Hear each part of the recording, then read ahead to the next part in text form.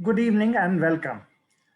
I'm delighted to have you with us for the sixth ICG 2020's Development Dialogue with Dr. Ritu Karidhal, Senior Scientist at ISRO.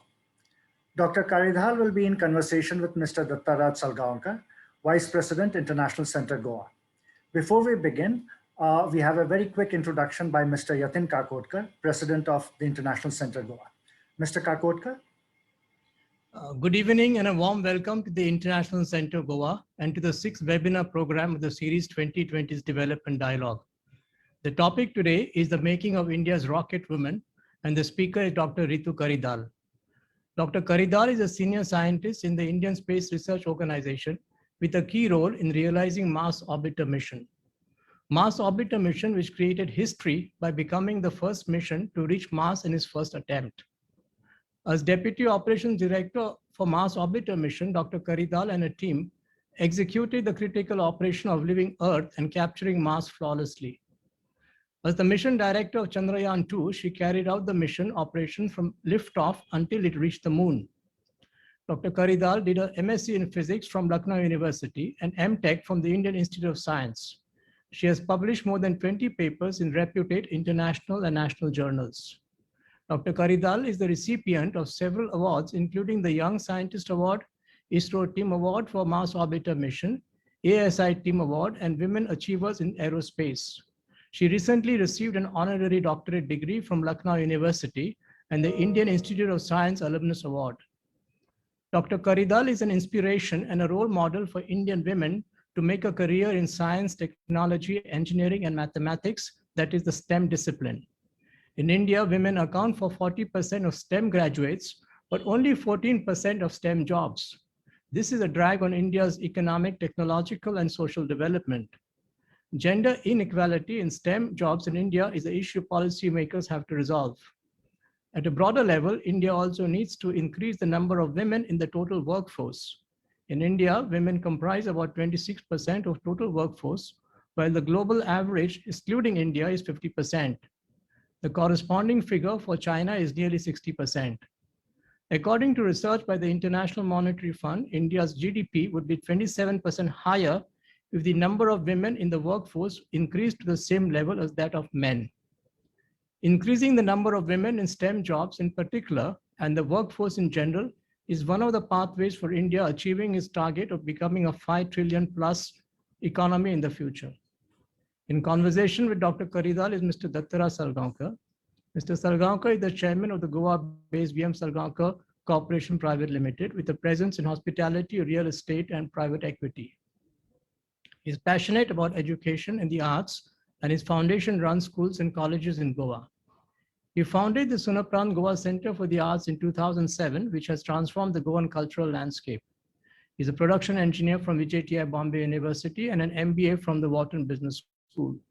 Mr. Salgaonkar is a founder member of ICG, Vice President of ICG, and chairs the ICG Programs Committee. Before we start, ICG is pleased to announce that the speaker for the next webinar in the second half of June is eminent scientist Dr. K. Kasturi Rangan, former head of Indian Space Research Organization and chairman of the committee that drafted the National Education Policy 2020. I now hand over the session to Mr. Salgaonkar, and I hope you find it interesting. Thank you. Thank you, Yatin, and a warm welcome to Dr. Ritu Karidhal.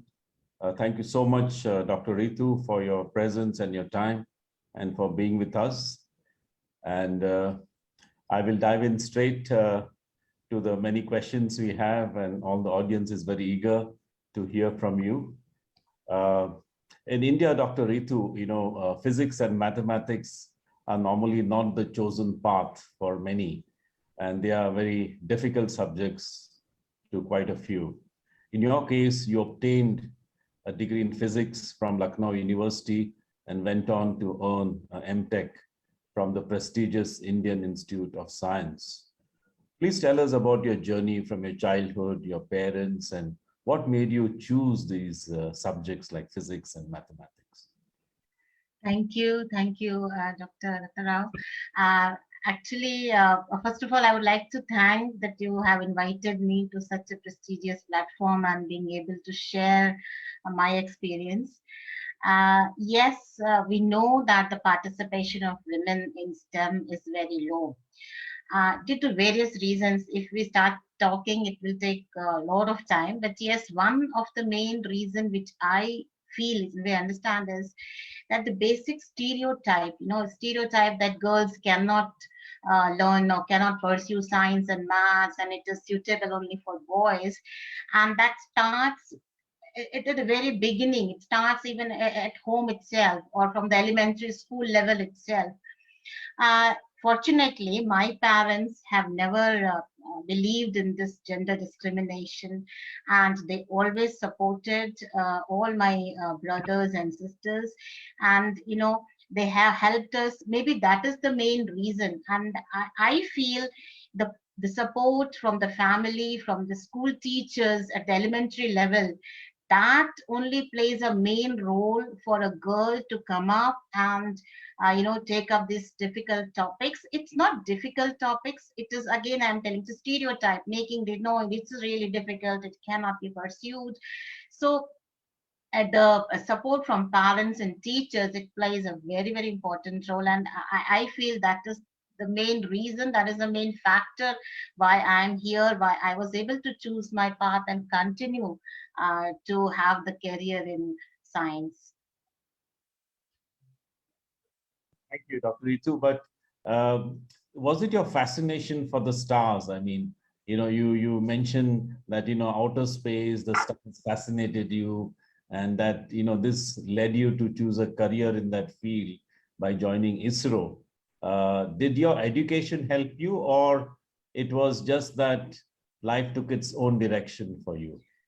Yes, that is very interesting. Actually, since my childhood, I remember still when we used to go, in a rickshaw and all, and used to travel from one place to another. So I always used to ask mommy why this moon is always also coming with us wherever we are going. It's coming with us, and that type of curiosity used to be there. I had the fascination. Yes, what is happening? What is the dynamics behind? Why the moon is moving, why the moon disappears suddenly and then appears slowly. So I mean, these all fascination was there since my childhood. And I remember I used to, keep track of all the activities happening in ISRO or NASA, collecting the newspaper articles of very small, small events which used to happen in these organizations, keep track of them. And that is what from since, beginning, and then it went up. And then my parents also, yes, if you have the interest, you should pursue your subject in science and maths. And that is how both, actually these both ingredients made me to take up this and be really able to continue. So yes, that was the main thing. And now also when we see, I mean, there are lot and lot of unknowns in the area of space science which really need to be understood. Still it fascinates me more and more, more and more. It is not stopped yet. So that's true. Yeah. Thank you, Dr. Ritu. The Greeks associate Mars with their god Ares, which is the god of war. And in India, Mars is known as Mangal. So Mangal, for many, some, not many, but quite a few, they believe if Mangal is in the wrong position in your Janam Kundali, that is not the best thing to have. And they do a lot of pujas and everything. So there's a lot of fascination for Mars, for Mangal. Tell us about your own personal fascination with Mars. I mean, you mentioned the moon earlier. How about Mars? Yes, because moon we could see in the childhood, no? So it was like more, but technically speaking, Mars, yes, we used to see which is our nearest neighbor. So we know our nearest neighbor is Mars, and it is like said that billions of years ago, when our Earth was just a ball of molten iron. There used to be there was a suitable amount of air and suitable amount of optimal amount of water which could sustain life on Mars. So it was said that there may be a life, there was life billions of years ago on Mars. And as the time passed on, we know that Mars lost all its favorable conditions, and while our Earth, it became like it flourished with life. So this to understand basically what could have happened, why the Mars lost its favorable conditions, while our Earth, our planet, flourished into a livable planet. So those questions still, I mean, it is not yet understood. And so if we go towards Mars, if we send satellites towards Mars, try to understand what really happened, all those data when we collect, we analyze, there'll be some questions which could get answered. So technically speaking, Mars is really provides a very, very example, or maybe a destination where really the humankind can reach in, can go and colonize and get settled in near future.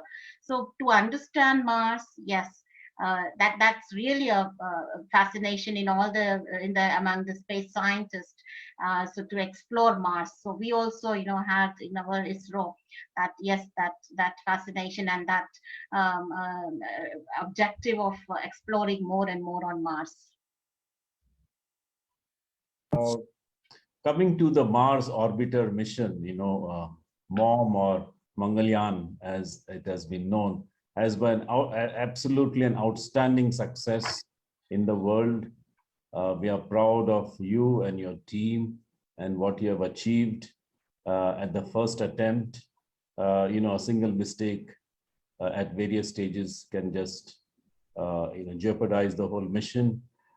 We wanted you, Dr. Ritu, to take us through the various steps of this mission and explain to us the challenges you faced and how you overcame them and were so successful. Dr. Ritu. Yeah, actually, I have prepared a few slides on how our space program. I will just start from our space program, how it started, and then how we moved towards Mars orbiter mission and how we achieved. So I will be sharing my slides. Sure. I'll just ask Dr. Pushkar to. Yeah. Whether the slides are seen.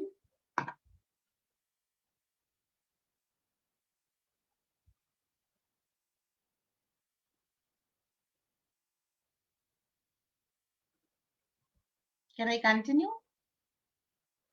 Please continue, Dr. Ritu. Yeah. So as I told, so maybe I will say, let's start our journey where we will see how the India is having the giant leap from Earth to Moon to Mars. We know that India was a great and ancient civilization with medical texts dating back to 800 BC. Indian astronomy reached its peak in the 5th century under the great astronomer and mathematician Aryabhatta, who figured out that Earth revolves around the sun some 1,000 years before Europeans did it. But again, waves of invasion and colonization, it led to the decline of science in India. Not until independence in 1947 was India able to make a fresh start. If you talk about space program, for Indian space program, the story goes right back to the 1960s under the vision of great physicist Dr. Vikram Sarabhai. Vision of using space technology to solve the real problems of man and society. But then it was not an easy task to convince the government of the day about the relevance of the space program for a developing nation. Eventually, with all his possible efforts, he succeeded in obtaining funds for the space program, and that was when the space journey began. This you can see a very this was how, you know, those initial days looked like, a very humble beginning with extremely limited resources. In this pictures you can see a satellite being transported in the bullock cart, the rockets carrying are carried to a bicycle, the scientists are working in a very limited with limited resources. So these was the days where we began. But then if we talk about our first satellite in 1975, the first Indian satellite Aryabhatta was launched. And then later on, we continued our efforts to build much more advanced rockets and satellites, culminating into our first moon mission, Chandrayaan-1, which detected evidence of water on lunar surface. So after this achievement, you know, our next step had to be our neighboring planet, Mars. Before just taking to you all towards Mars, I just wanted to share a passage from a book by Mitch Albom's Tuesdays with Morris, where Morris talks about two waves. You know, there are two waves in an ocean, they're conversing to each other. And the wave in the front tells the wave behind that it is scared. It is scared because now it's about to crash on the shore and cease to exist. The second wave, however, shows no fear and explains to the first, you are frightened because you identify yourself as only as a wave. I am not afraid because I perceive myself as a part of this mighty ocean, which can never cease to exist. The Israelites are like that second wave, and that is how they function with so much of cohesion and motivation as part of a one dedicated team, merging their individualities for achieving the higher goals of ISRO. So as I told this, after this big achievement of Chandrayaan-1, ISRO's next goal was the neighboring planet Mars. Now, as I told in our earlier discussion, that why we need to go to Mars. So as the first very questions arise in our mind, like, is there any life on Mars? Is there water on Mars? Is colonization possible? As I told earlier also that Mars used to have the favorable conditions, but then, you know, it lost all its favorable conditions and it became a desert. So data about Mars, it can really help us to understand how this happened and provide answers to some of our queries. Okay, that was one reason, but the next reason is improving the quality of life on Earth itself. I will give an example. A computer algorithm which was developed for one of the space programs, when applied to these X-ray images, it did a better job at detecting the early stages of breast cancer than the conventional methods. What I want to say is this cross-pollination of fields, like innovating in one and then bringing revolution in other, that happens all the time. So it undoubtedly improves the quality of life. And then the main reason to inspire the next generation of space explorers who can contribute to the future growth of a nation. And that's why the ISRO's next step towards this higher goal was mission to Mars. When we talk about Mars, you know, the biggest challenge in for this type of missions, when we talk, uh, just have it. The biggest challenge in the missions where we have to leave the Earth's atmosphere and start going towards a different planet, which is called the interplanetary mission, is that we have to have a great amount of autonomy. I will just come what really this autonomy means. Before that, when we started this mission, actually, we had a very tough challenge. At that time, we had to complete this full project in just mere 18 months of time. And we did not have any previous heritage for such missions. You can understand, like, is in such missions, the to and fro time, when you send a signal and the signal comes back to you, it may take a maximum of 40 minutes. What does it mean?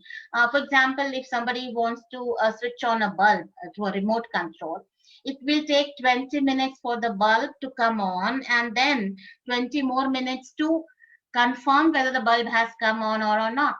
So what does it mean? Such a huge time delay. It meant that we had to build an extensive amount of onboard autonomy. We had to build systems that are capable of doing self-diagnostics, self-recovery, as well as executing all the instructions with the highest precisions, because the minutest error in executing those instructions would jeopardize the whole mission. And this is what had happened to many earlier missions of NASA, Russia, Japan, and China. Of the 51 missions so far at that time, only 21 were succeeded. That is less than 50% of success rate. And remember, no one could achieve it at the first time. So we started working on it, and while the hardware that we used was adapted from many previously successful missions, the autonomy software was almost a completely new venture for us. So we used to have, rigorous process of brainstorming sessions with all engineers in all streams, say mechanical, electrical, electronics. And with all those brainstorming sessions, a network of autonomy, it was drafted with different levels of fault detection and recovery. Thousands of lines of codes were implemented on onboard computers, followed by extensive reviews. What plays an important role is when we write a code, it needs to be thoroughly reviewed and then tested. So that took place, and all that could happen in a mere 10 months of time. Something which looked very much impossible at the beginning, but could be achieved in the record time. So, as I mentioned earlier, this is all because of that ISROite spirit, working as a dedicated team. And being one of the prime designer of Mom Autonomy, I remember I used to spend many nights awake at home and to bring out this design draft of the mission requirements. My home became my next second office at those times. Working hours used to be like, 12 o'clock night after completing all house chores till 4 o'clock in the morning. So that is how we worked at that time. To really, a few of your students who are part of this session, I would just give a few understanding on really why this autonomy is very important. Anyhow, that I told that this is a larger round trip time. It means, when you're sending a signal, you are getting a signal, it's a huge time delay, that we all understand.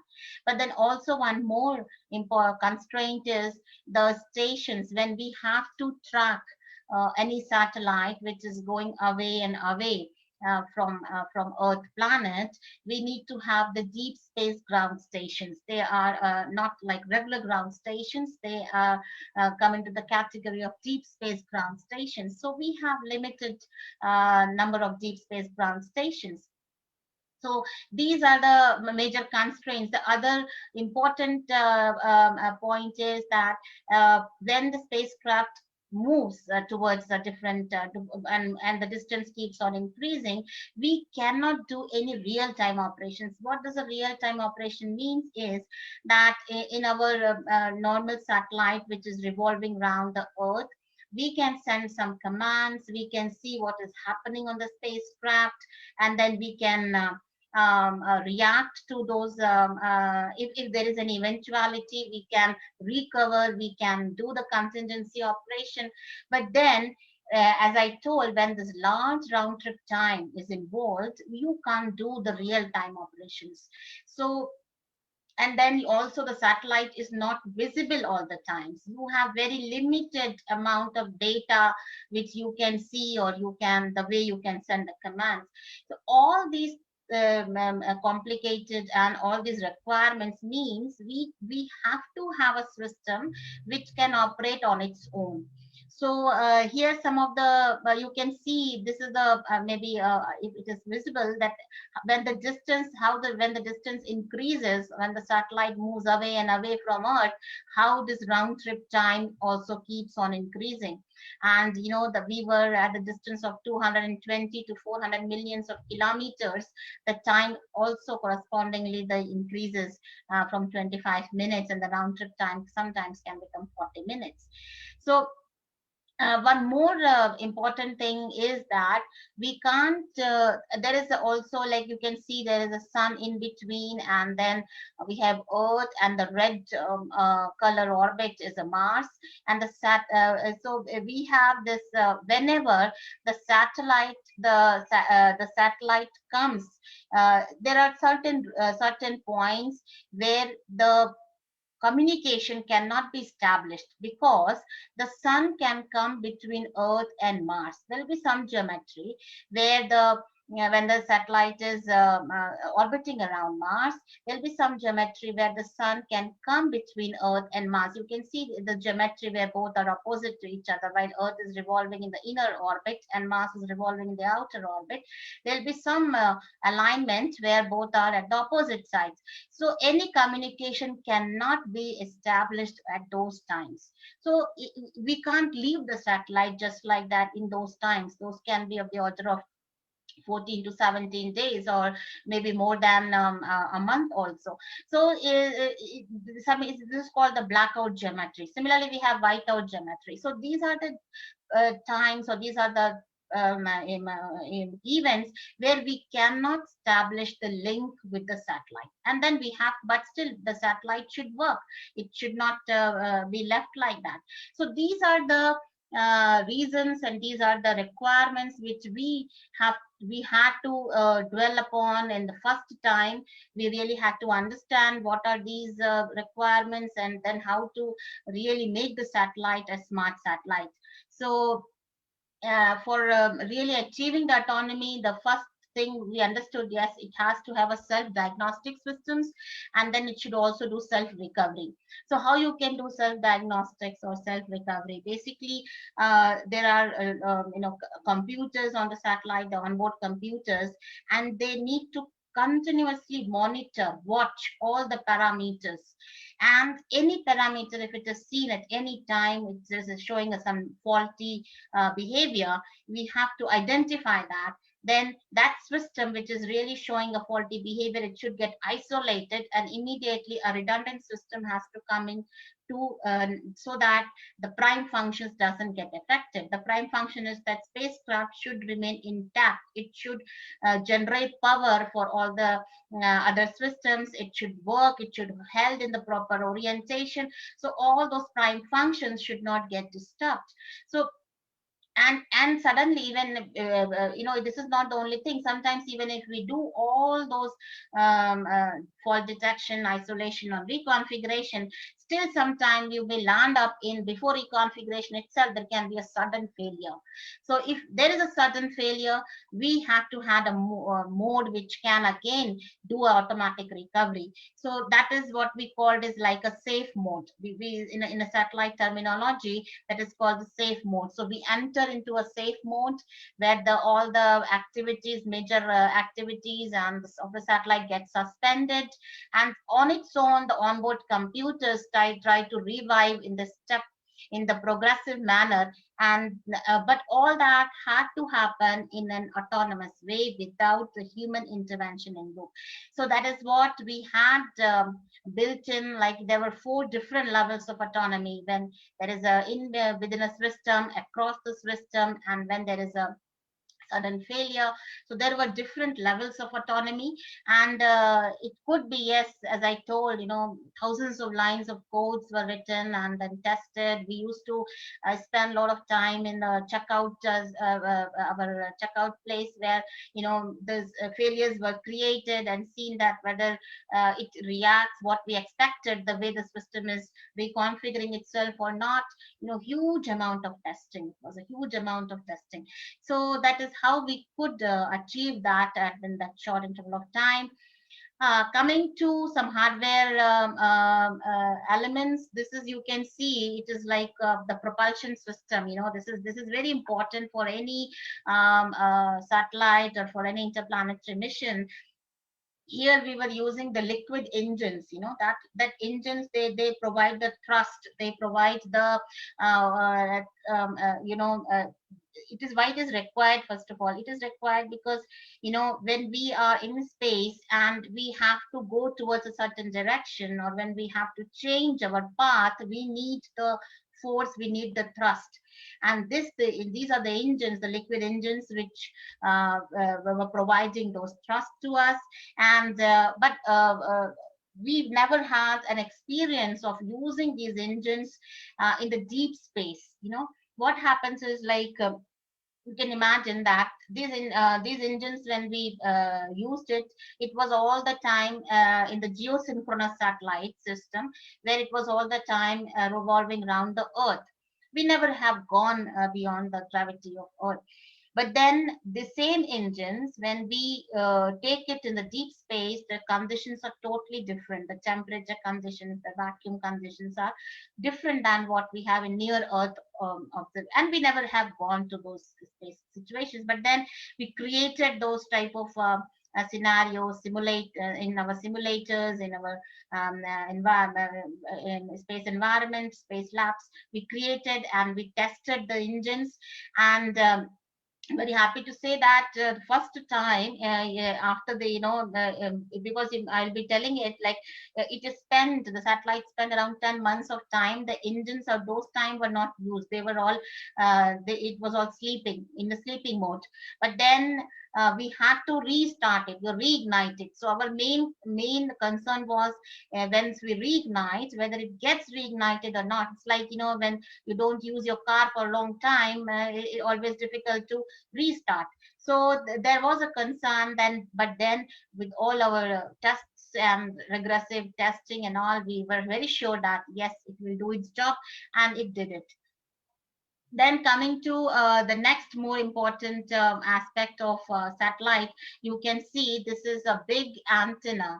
I know this is like in Mars orbiter mission, we have different types of antennas. The antennas which can communicate when we are at very short distance, the antennas which will be communicating when we reach the medium distance in the somewhere 10 millions or 20 millions. And then there is antenna which has to work when you are at 220 millions of kilometers to 400 millions of kilometers, you know. So these antennas basically work as the ear of the spacecraft. And we, again, as I told, we had never had it, we never had this heritage of having this highly sensitive antennas. And their sensitivity needs to be tuned, you know, so that they respond to our instructions, to signals which are traveling so much, and the strength of the signal, a very, very feeble signal, reaches to the satellite, but then it identifies, it picks up, it understands, and then sends it to the other parts of the satellite. You know, it is like the task of hearing a person's whisper across a soccer field. You can imagine the sensitivity of the antenna. If it is not sensitive, whatever commands or whatever signal you send, the satellite will not respond. So that was this amount of sensitivity which the antenna had to have, and then I'm very happy to say that it worked perfectly well. Then the other more major important, you know, when you are having a system, it needs to be powered all the times, you know. So if from where we get this power, so the main source of power on Earth itself, we know our sun. And for this satellite also, for when we go to a certain distance, we depend on the solar energy. So these are the solar panels which were used to generate the power, and it was distributed to all the systems which were then the satellite. But then this is also was very challenging because, you know, solar power panels needs to be designed for a particular amount of sun intensity, so the cells are designed accordingly. When we use it on earth, the cells have to be designed so that they generate energy with the intensity which we receive on earth. But then when we go again more and more towards Mars in the deep space, the solar intensity reduces. So then the cells again have to have that efficiency that even they can generate power at that intensity also. But it means that these cells were designed to, to work for this wider range of temperature, wider range of intensity. This was again the first time we did it, and then it also performed perfectly as expected well. So these are few of the things apart from this autonomy and software. This the hardwares also which we used it, like we adapted the technology from previous missions, but they all had to be tuned. They all had to work in this new environment. That is what these panels also worked very well. Now coming to the other important part, the next major challenge for us. Ritu, just one quick question. Yeah. You mentioned about the antenna and sensitivity. How Yeah. long does it take for you to send a signal there and then it comes back? Yeah. Just Yes. because this is, we take for granted that you press a button and it works, right? And, we phone somebody from Goa and we talk to New York and it's already, we can listen. So when you send a signal, Dr. Ritu, to this mission, how long does it take? Can you just tell our Yes, yes. So I would like to again go to my slide, which I covered here. So you can see here the distance when it is increasing. We know the speed of light, so the signal goes in with the speed of light and then comes back. So you can see on the x-axis where we can see how the distance is increasing with the number of days. When the satellite goes towards the Mars, the distance is increasing. You can say 50 million kilometers, 100 millions of kilometers, 150 millions of kilometers. So when we are at, say, for example, at 200 millions or 100 millions of kilometers distance, at that time, the time can be of the order of 10 minutes. You send a signal and get back, it will take 10 minutes of the time. 5 minutes to go, 5 minutes to come. Similarly, when we reach towards the Mars, the distance can be 225 million kilometers, and it can go up to 400 millions of kilometers. And that time, the round trip time can be of the order of 25 minutes. 25 minutes, and it can go up to 40 minutes. So, if you send a signal and then you just wait for 40 minutes to get what would have really happened. First of all, 20 minutes it will take to reach the satellite, then satellite will do its activity, and then it will send you back whether it has done what you wanted, and then you will know only after 20 minutes. So such a huge time delay. Thank you.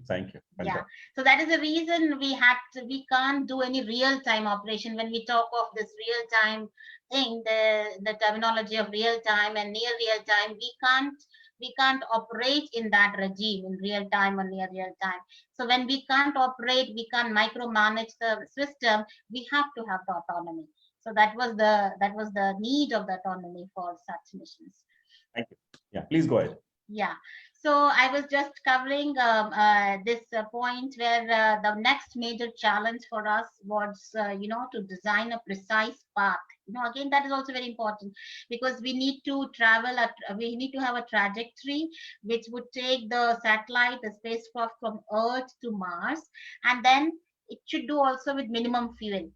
Always fuel also plays an important role, but we can't load more and more fuel. But then we have a limitation with respect to liftoff, the launch vehicle. So we have to achieve everything with the minimum fuel. So again, very important is like when we talk of minimum fuel, there is something comes into picture is launch window. You can have a mission with minimum fuel, but then you have to launch the satellite or launch the spacecraft in a given window only. So that window for this type of mission for to going towards Mars, it comes only once in 26 months. So if you lose that window time, and you are not able to launch in that window, then you have to again wait for 26 months. So so we had to realize everything. There was like, Mars was only driving our schedules. We were not given any relaxation on the schedules. We had to do everything in time so that we can launch within that given launch window. If for few of the students who were participating, I will just say that why this why it is very much driven by the launch window or the launch time. You can see the inner orbit where the Earth is revolving around the Sun, and then outer orbit where the Mars is revolving around the Sun. So what happens? We are basically designing a trajectory which start from Earth's orbit and then goes and reaches to the Mars orbit. If it is, I'm showing the pointer, if it is visible to all of you.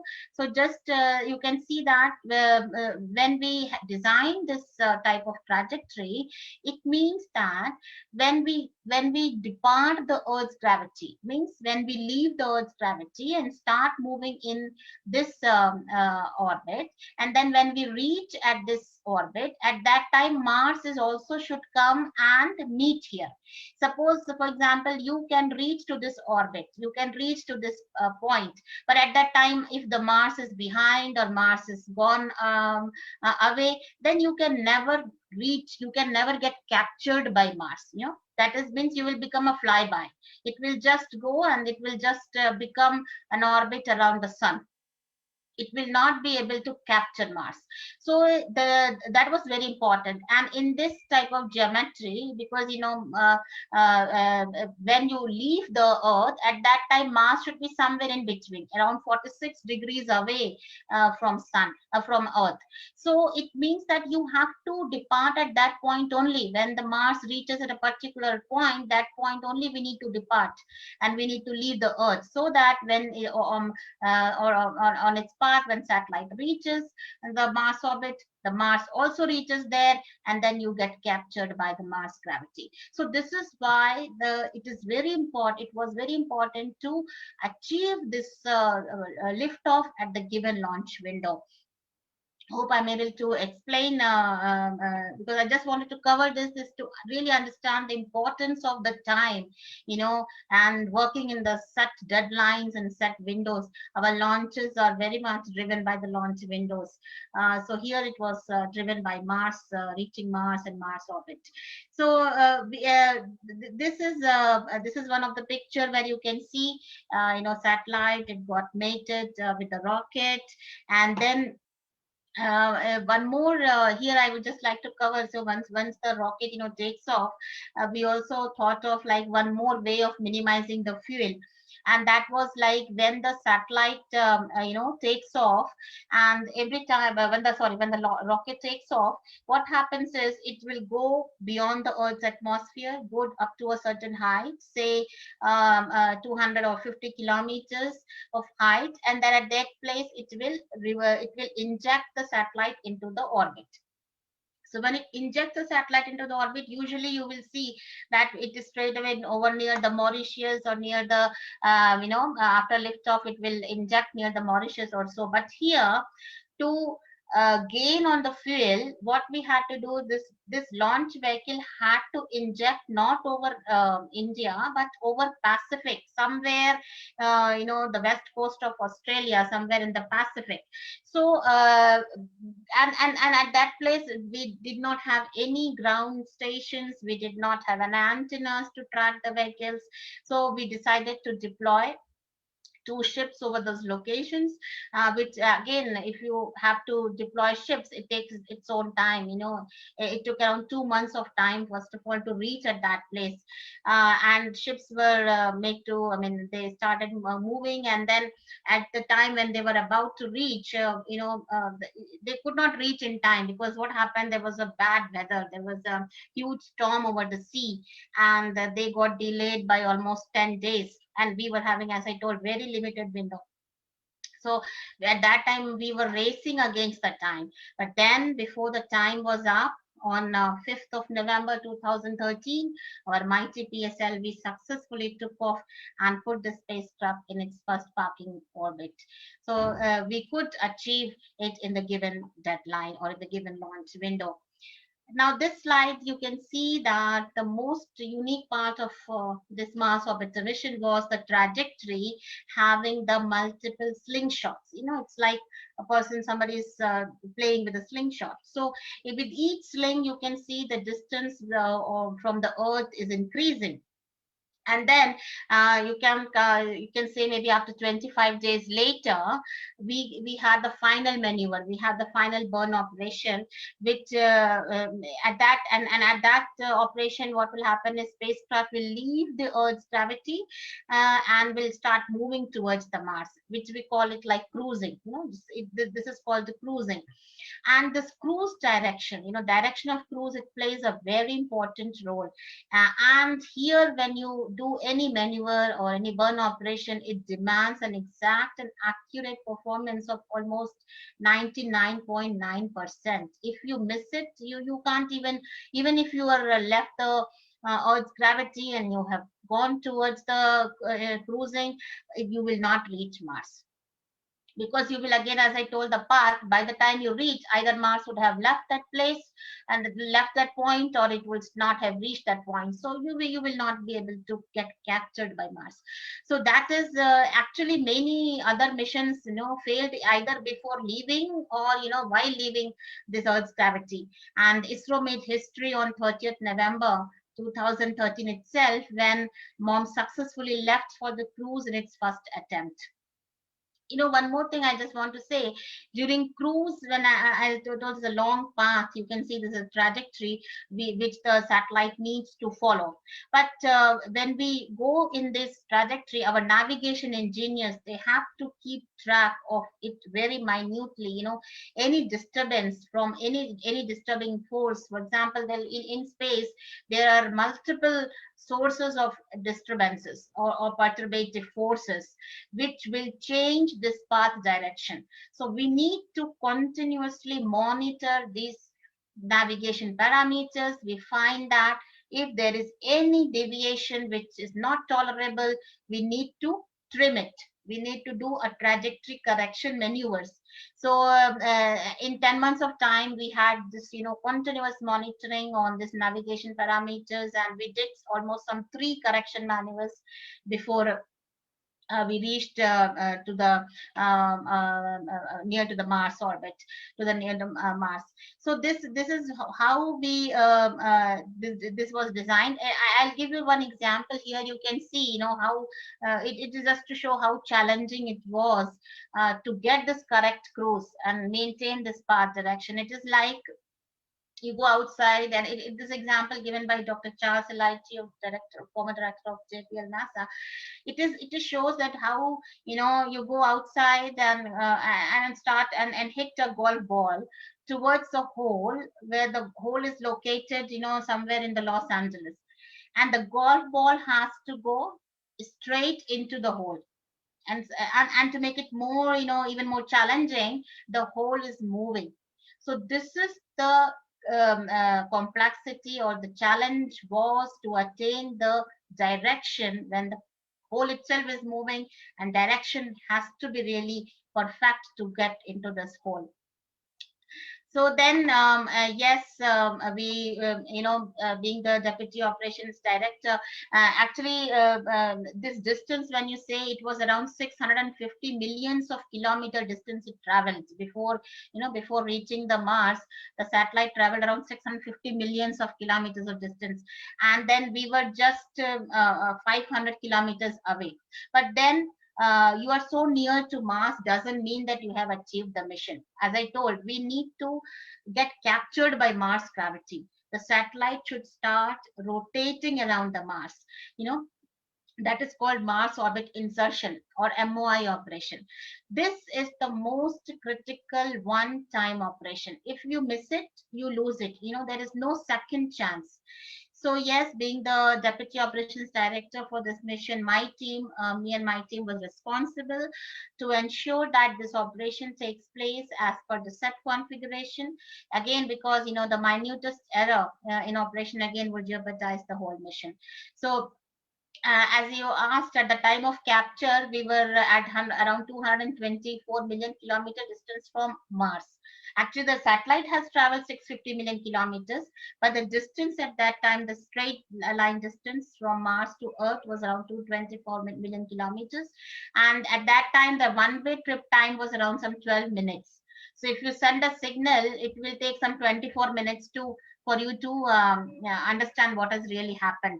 So yes, our preparations for MOI, started some 2 months before itself, and we used to have extensive reviews. What should be the configuration? What the command should be given? So all this final configuration was loaded some 10 days before the actual MOI day.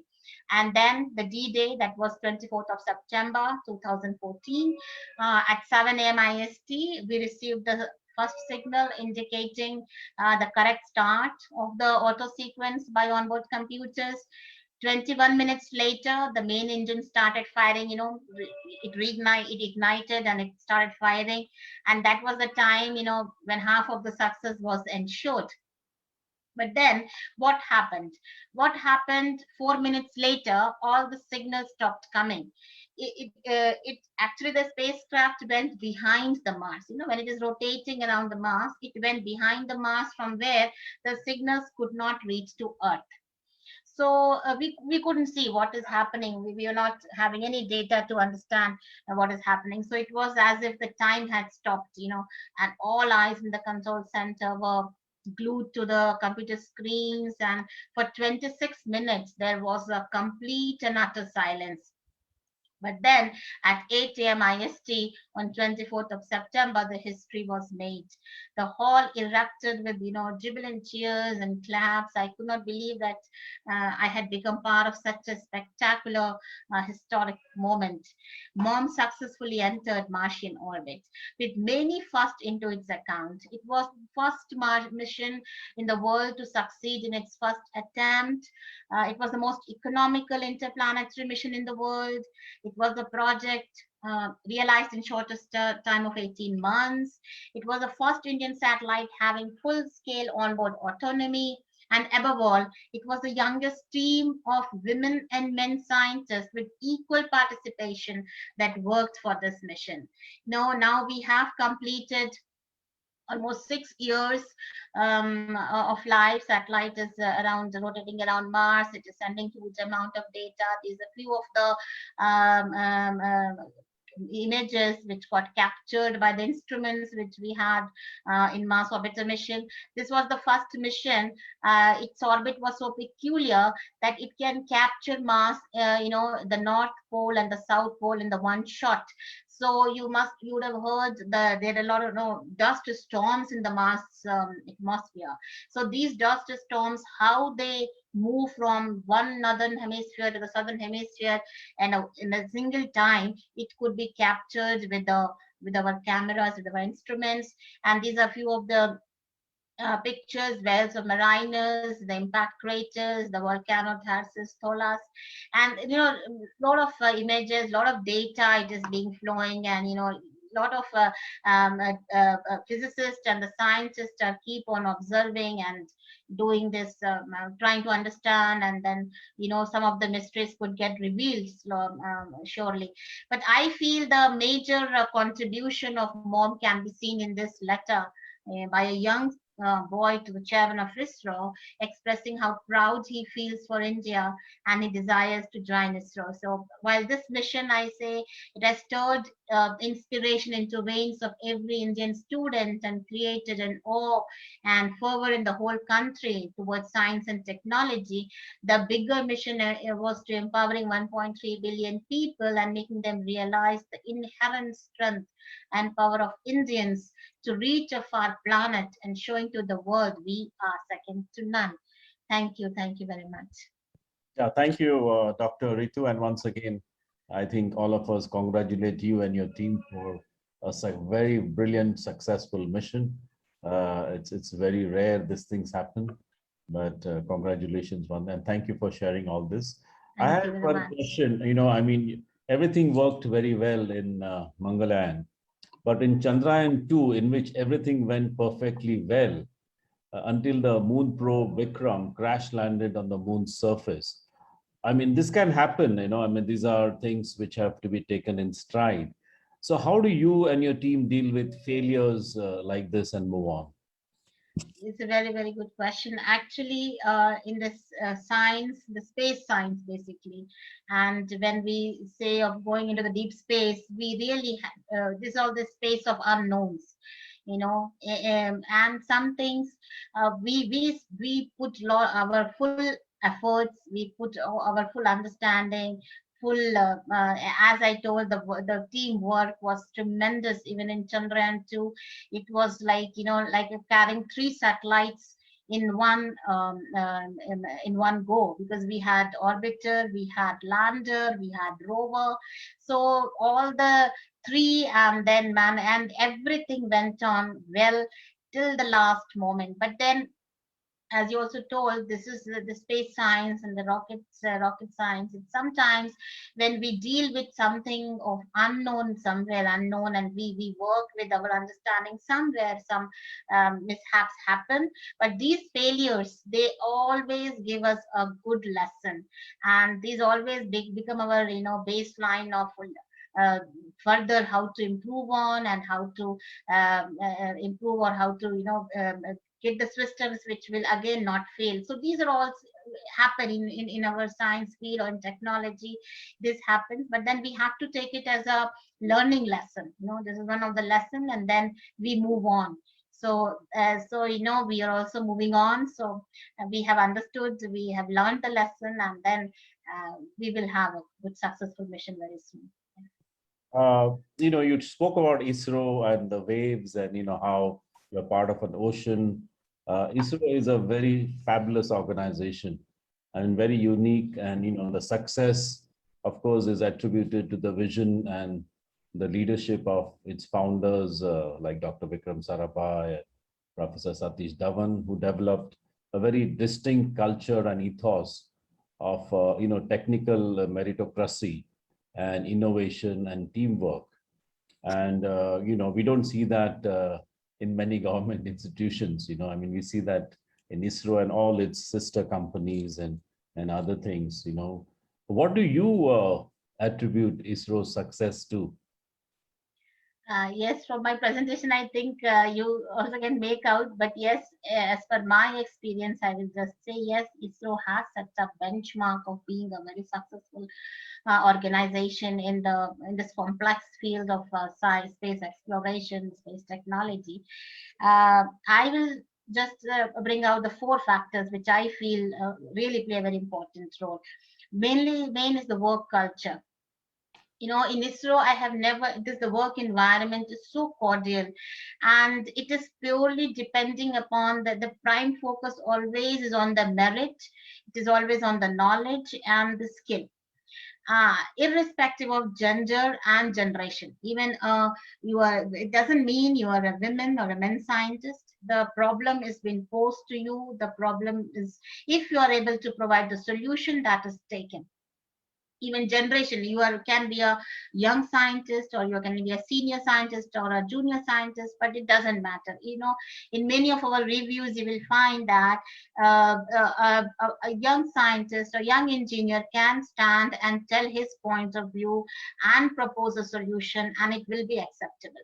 So this type of environment, there is no bar with respect to gender or with respect to generation. I feel this type of culture really promotes, and it helps in achieving what we get it. And the second important thing, as I mentioned earlier, in ISRO, somehow, when we work, we all work as a teamwork. There is nothing called as my goal, it's your goal. It's towards the higher goal of ISRO. So everyone works with that motivation, that what I try to explain through that wave story. So this is a teamwork which is supreme, I feel. So yes, when we have a team and when we keep motivate, when we really see that team is kept motivated, and when the teamwork really when the team works, that then that is what when the success is ensured. So that is the second thing. The third, I will say, a very meticulous planning. I have seen, the project of such nature and all that. See, every hourly basis, deadlines are set, they are tracked, they are, when it is required towards the achieving them. So there is a meticulous planning, and then a lot of brainstorming sessions. Even contingencies may not come, but we used to have the discussions. If contingency happen, what we will do. Actually, our most of the time gets spent in discussing and in bringing out the solutions if contingency happens. We don't wait for the contingency and then react, but we keep our plans ready. Plan A, plan B. If plan A doesn't work, plan B should be made ready well in advance. So this type of planning, it really helps. Such missions like Mars Orbiter mission also, we had different plans. If we are not able, see, after reaching such a huge distance, very near to Mars, if you are not success with plan A, you should have a plan B. We should not give up just like that. So that meticulous planning is very important. And last but not the least, our stringent review mechanism. It is like at every step, at every phase of the mission, we have many review boards, and then each plan, each procedures get reviewed, it gets cleared. So these are the main factors. I feel they play a very important, and this is all what I'm saying with my all experience. So these are the things which really play an important role for a successful organization. Thank you so much. I think it is so much to learn. We being in the private sector, I think there's a lot of things to learn, and even for institutions, I think this is a great thing what our homegrown ISRO has done. Let me move on to the other part of space. I mean, Dr. Ritu, this has been fascinated many writers. In the sense that about space and space fiction, science fiction. And some of it has come true in the sense that space travel. I mean, who thought? When I was young, I mean, when that time I was also fascinated, but this has never happened. But then it happened. I mean, with the Russians and then the American landing on the moon, and then even artificial intelligence, and then you talked about autonomy. It is a reality now. Many years back, it was just science fiction. One other thing which is being also spoken of is life existing outside planet Earth. You briefly mentioned there was water on Mars. Have you or your colleagues ever considered discussing the possibility of life outside planet Earth as a subject for serious scientific exploration? I mean, are there Martians or UFOs or extraterrestrial persons? I mean, can you speak a bit on that? I mean, I'm sure I would love to hear your views, on what you think life exists outside the Earth. Yeah, actually, technically, I am a space mission engineer. So I deal with basically, designing the satellite and how to control and how to do mission planning. But yes, we have different sections and different groups where the scientists keep on, working, keep on, how to like whether really the life exists on Mars, what type of instruments should we place on the satellite or on the spacecraft which can detect or which can be used for really understanding the life or the conditions which are important for life on any planet or any outer body. Yes, like Mars, for example, when the people started looking towards Mars, because as I told, there was a life on Mars, and then there may be some life forms, and it is sure that yeah, we can't say that we are alone in this universe. So we it is our always curious to find out, yes, what are the life forms. It can be of different form, it can be same like us, it can be of different form. But really, we are really curious in the people who are really working the space segment, or purely in the space physics. There are a lot of works is going on, and in our ISRO also there is people are trying to understand, uh, making various instruments, various payloads which can really give some data which can help us to understand whether life is there or not. So the it is always, as you told, in long back, we were never thought of that, this can happen, we can reach moon or Mars, but then now we have reached moon or Mars. So the time is not far where you will get some signal, and then you will also, so we should not stop looking at towards the life forms. So we should keep on getting so much of data as space is sending, a lot of, when we start looking towards the sky, a lot of big huge telescopes and payloads on the various satellites, they are sending huge amount of data. We need to keep seeing the data, and also keep innovating new instruments which can really detect something different also. So we have to work in the full spectrum, and surely one day we will get some signals. So we should not stop. We have to keep moving, and really something will really happen. Yeah. Thank you, Dr. Ritu. Space research and exploration, I mean, it has really helped countries and many fields, like, for example, weather forecasting. I mean, it has been very useful for that, and for communications, defense purposes.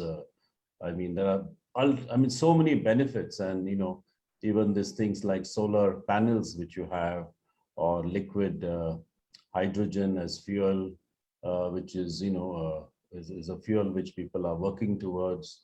I mean, there are so many spin-offs, so many benefits which happen for space research when you are doing so many, and the autonomy itself. I mean, I think I've been fascinated by it since I read about it. I never knew such thing can exist out in upper space. So do you see private sector and government working together to sort of, get these benefits going down to the people? Ultimately, the people have to benefit from all this. So do you see a lot of benefits reaching down to the common man from, your space research at the top, and then, you have a thing which can spread like the weather, and, it helps the farmers and everybody. Do you see other areas like solar panels, hydrogen fuel, autonomy, such things? Do you see Dr. Ritu reaching and helping the common man in India? Yes, it's a very good question. As I also covered in my presentation, that innovation in one field and then bringing the revolutionary changes in another, that is what it happens. So when we do something in space science, doesn't mean it is limited to the space science only. It can be used in many other areas. And I'm very happy to say, like, we have many programs, and today if you talk of telecommunication, telemedicine, television, anyhow, with so many different channels, and then navigation services, you can be, this is because of space, GPS receivers, and then SPS is in orbit satellites. So navigation, where you can reach from one place to another, and for a common man, if you ask for a very, like, for example, a fisherman, our satellites like OceanSat, and we have so many other satellites, and they have the instruments which can, detect where the density of fishes are more, when the concentration of fishes is more. So the fisherman need not to go and search for the whole place, and then, all the fuel is wasted, the time is wasted, the money is wasted. But if he really knows where to go, he will go get the fishes and come back. So it will really help in saving the fuel, the money, and it will help him to get a good advantage. So it is a very simple example. Similarly, there are lots of ways where the satellites are getting utilized. The applications are enormous. In the field of farming, if you say the how the farmers, which place we can do what type of farming, so the data can be used, and the water resources, where the water is found anywhere, the what levels. So some of the schemes are going on. There are various government schemes also. I mean, working with our data satellite data and trying to.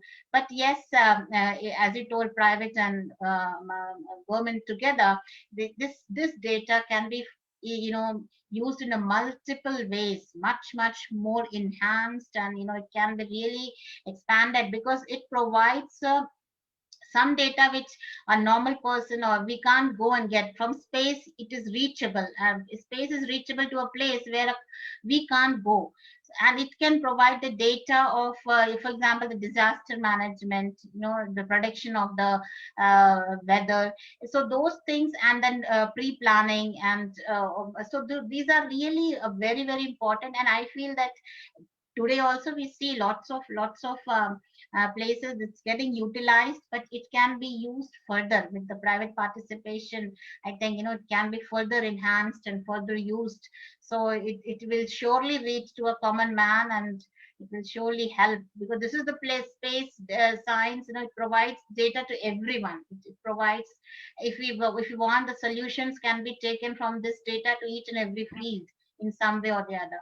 So it's really it will really help in reaching to the far common man. Yeah.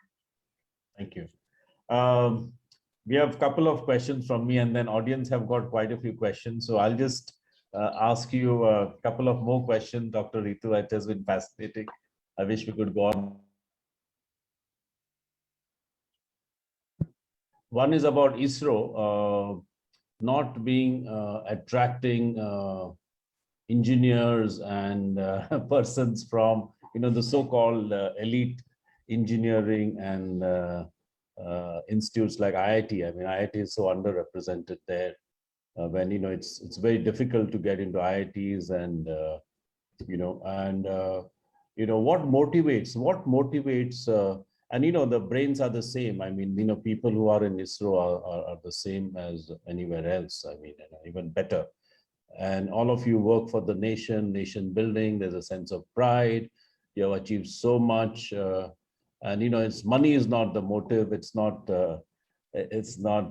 commercial, but it's for a higher cause. It's for the nation, a sense of pride. So what will motivate our brilliant minds of IITs and other institutions, to join ISRO? Yes, I think more than this motivation for nation's development, I feel everyone has the love towards the nation, but I feel the more it is driven by the opportunities available in the different fields, not only in space science, the different various sections, like in be it space or any other technology or any other field. So the opportunities which are available in diverse fields, that play a more important role. I find if we focus on more on the research, highly developed research labs, and the working more focus on research in very sophisticated or very complicated technologies, promoting those type of works, that type of, yes, ISRO is there, then we have to have many such organizations, or many such research labs, or many such places where the people can find their goals and find their interesting work, and then can continue to do the work. So more than that, I feel that is what is more important. So I'm seeing like more focus is there on research, but yes, we still have to have more focus on the research areas, and creating more and more places where people can work. It's not just a common work like an IIT. If you see, he may work, but it will not be like if we have to create that complex sort of works, and activities where you can spend. ISRO is giving that opportunity. People are coming, but yes, we need to expand. That is what I feel. And now a lot of the startups are coming up because the space also has been opened slowly, and many startups are coming. Many even IITians and all are starting the startups in this area, space area. So like that, many other areas also can be thought of. So it will surely attract the youth. It's not that they're not motivated to help, but yes, these are the things which really will attract them. Yeah. Thank you. I will, my closing questions, last two. You're part of this whole group called the Rocket Women of India.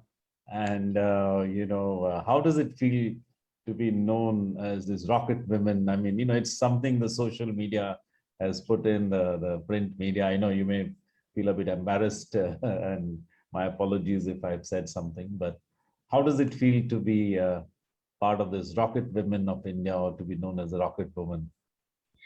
I'm very humbled, and To that. yeah, I'm very humbled. It is all love of people and the respect what they have given to our space work, and I'm very humbled and very thankful to them. It's really a proud moment. And when there was really a MOI event, it was really a proud moment for all of us. So I'm very thankful to the people who have really, with out of love and affection, they have given this, and they have at least admired the work of women, also the participation of women scientists, and it has given a good boost to all the women scientists. So it's really I'm very thankful to all. My closing questions before I've got a few audience questions. We'll take 2 or 3. I'll put them to you. What are your 5 mantras of success, Dr. Ritu? Okay, Personal, not ISRO, but your personal. Yeah, as a person, for me, I feel there is no alternative to hard work. We used to write in our books, no, hard work is the key to success.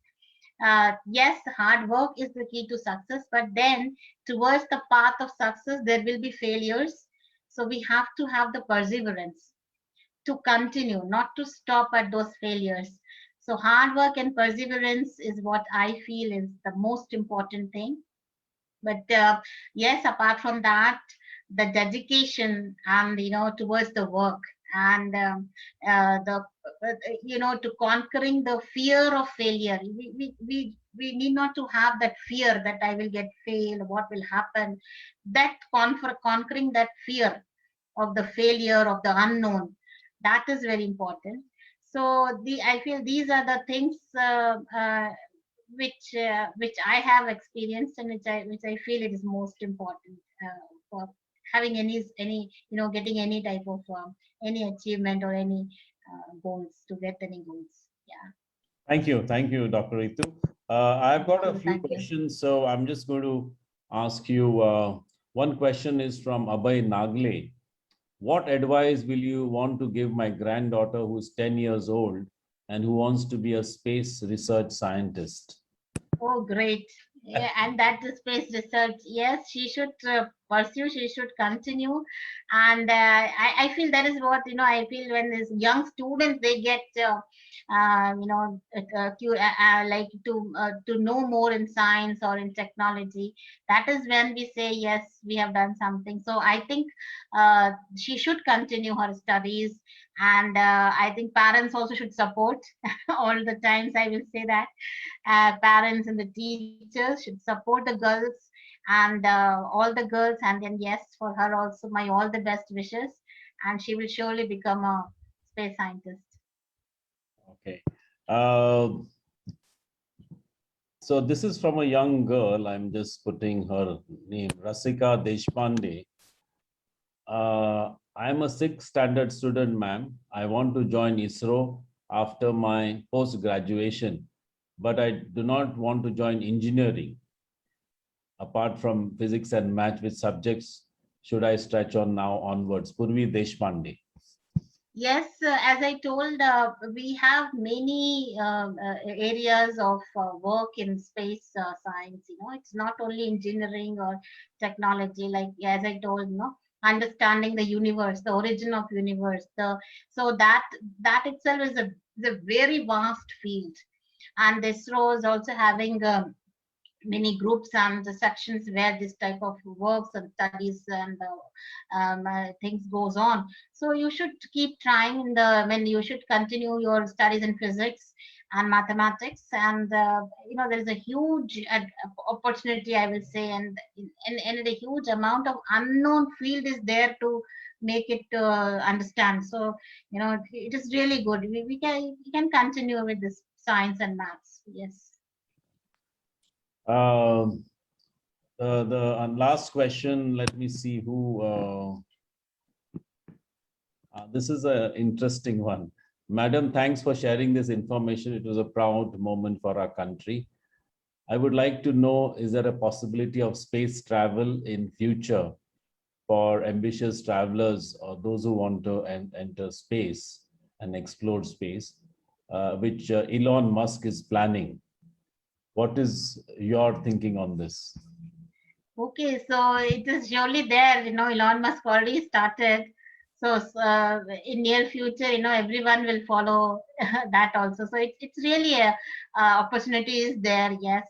And the space traveling is now becoming a fascination. So it surely will be there, yes. Okay, and another, I mean, there are lots of questions. So I don't know about solar panels. Do they change position based on the sun? I mean, this you answered, but I'll just. Yes, actually speaking, it is a very good question, and always we need to, because see what happens is there are two important things in a satellite. One is, for example, for Mars orbiter mission, the antenna has to keep looking towards Earth, while the panels should keep looking towards Sun. So the full spacecraft satellite will be rotated such that the antenna will keep looking towards Earth, but at the same time, the panels, the sun and Earth moves differently. So the panels also have the mechanism to track the sun. Wherever the sun is there, it moves in a separate way. Like, we have a mechanism. So that we can offset, we can change the direction of the solar panels and make it orient towards the sun while keeping the antenna looking towards the earth. So this is a very important operation, and we have to keep looking. That panel should not go anywhere away from the sun, otherwise we'll not get the power. So we have the mechanism to make the panel look towards the sun. Okay, and then definitely last question. What is your message for early career space research aspirants from the tiny state of Goa? What is your message to them? How can they join this career in space? What would be your message to them? Yes, I would like to say that space is still a subject which is not understood, and it is the minute part of it only has been understood. There's lots and lots of things needs to be understood and needs to be done. As I told, the technology also has to like go up to the level where it can really reach each and every human being on this planet, and then also the technology to go beyond Earth and then make colonies over planets, and then understand this origin of universe also. So lots and lots of things have to be done, and I really wish that students from Goa also and from our country, all over country, they are. I know they're all getting after this missions like Mangalyaan and Chandrayaan, people are getting inspired, and they want to do they want to take it up as a career also and do a lot of research work. But yes, what I feel is the research work is the most not only just a job or a career, but the research activity. We need to really focus on the research activity. So yes, people should come up and take this as a subject and do the research and try to find out very many unknowns which are still not known to us. Okay, Dr. Ritu Karidhal, thank you so much for the brilliance of your presentation, your genius, your hard work. I think the nation is extremely proud of you. Thank you so much for the grace of your time and sparing your time with us. We are extremely grateful to you and would like to thank you from the bottom of our hearts. And we wish you all the success in all the future missions. And maybe sometime you can visit us in the ICG Goa, where we would love to host you and your team, or even you. We would be very honored to have you.